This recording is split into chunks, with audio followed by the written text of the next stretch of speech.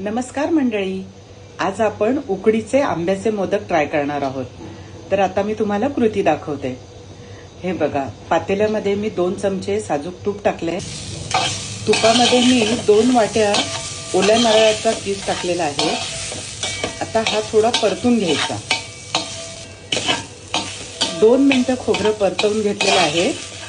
तर त्याच्यामध्ये साधारण हे बघा, पाऊण वाटी मी गूळ टाकते। हा गूळ किसून घेतलाय। खोबरं छान परतलेलं आहे। त्याच्यामध्ये आपण हे बघा, ही अर्धा वाटी मँगोचं पल्प आहे। 1 चमचा वेलची पावडर टाकली आहे। तर हे ढवळून घ्यायचं चांगलं। आणि ही बघा, एक साधारण 10 काजूंची ही पावडर केली आहे। ही थोडी टाकायची, ह्याच्याने टेस्ट चांगली येते। मोदकाची उकड घ्यायला आता हे 1.5 कप मोदकाची पिठी घेतलेली आहे। 1 कप पाणी मी याच्यामध्ये टाकलेलं आहे आणि हा अर्धा कप मँगो पल्प टाकते। ही बघा, पाण्याला चांगली उकळी आलेली आहे। आता आपण त्याच्यामध्ये हे पीठ टाकायचंय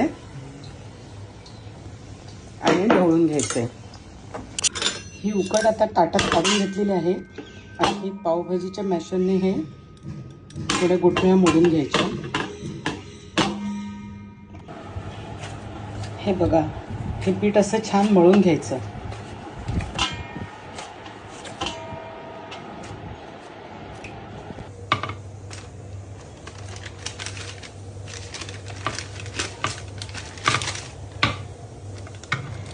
असं प्रेस करून घ्यायचं।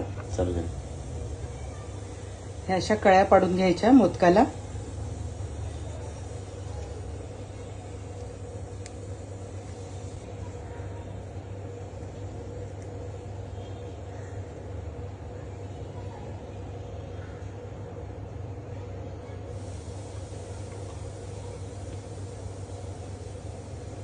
बघा, असा मोदक तयार झालाय। तर आपल्याला पाहिजे तर आपण असा पाकळ्या। आता हे तयार केलेले मोदक स्टीम करण्यासाठी ठेवलेत।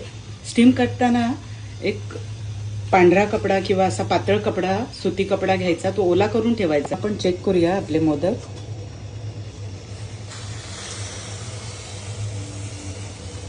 आजचे मी केलेले मोदक आपल्याला कसे वाटले हे कमेंटमध्ये नक्की सांगा।